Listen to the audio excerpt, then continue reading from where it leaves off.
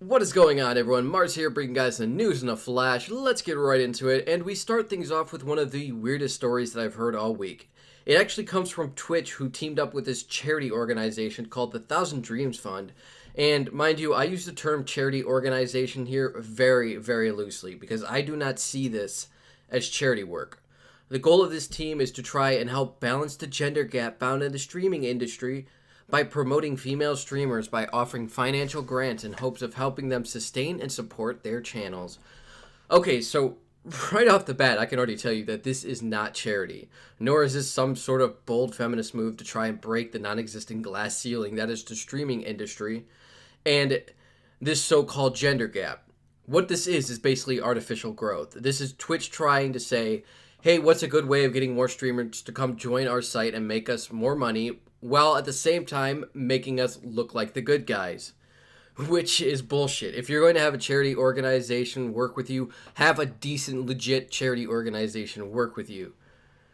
While it's true that streamers are predominantly male, with studies showing that females make up about 35% of the streaming population, it is absolutely absurd to suggest that female streaming community is at any sort of disadvantage because of this ratio.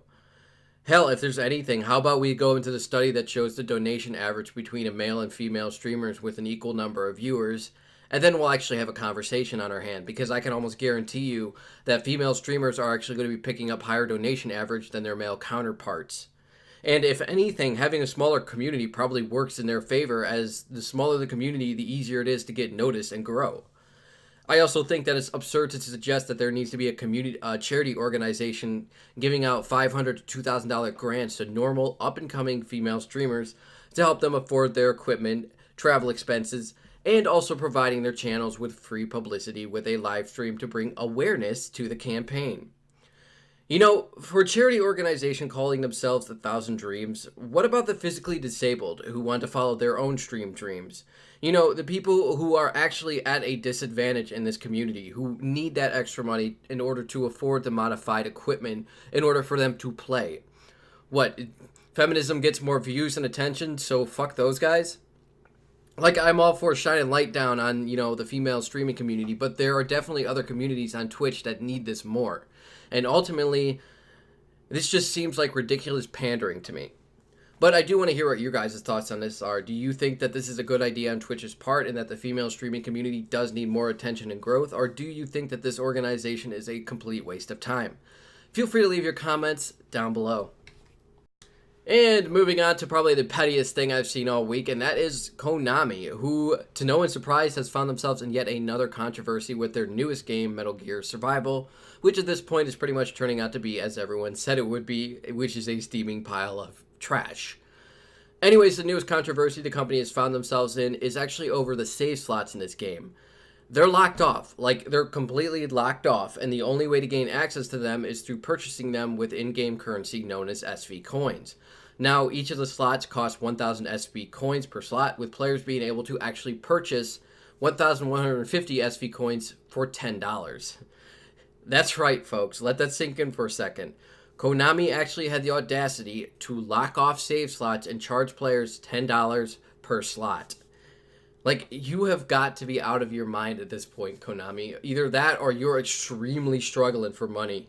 I mean, I'm starting to wonder if that's the case scenario right here. Like, they seriously need the money at this point because they're in such bad shape that they can't even give players 4 save slots for different characters. That is insane. Like, oh my god. Check out more details on it down below. You guys like some music news? I know I like some music news, so let's get you guys some music news. Underoath has announced their new album, Erase Me, which is set to be released on April 6th through Fearless Records, who they just recently signed with. Along with this announcement, they also put out a new music video, On My Teeth, and along with the album announcement, they also announced they're heading on a large tour with support from Dance Gavin Dance, Veil Amaya, and Limbs. Check out the dates below. Metallica has announced that they will be heading on a massive North American tour, and when I say massive, I mean holy shit, this thing is massive. The thing runs from early September of 2018 to March 13th of 2019. Check out all of the dates for it down below. Coheed and Cambria has announced that they will be heading on a new summer tour that kicks off in July with Taking Back Sunday and support coming from the story so far. Check out the dates below. Halestorm and In This Moment will be heading on a new tour with support from New Year's Day and Stitched Up Heart. The tour kicks off in late April and then runs into May. Check out the dates below.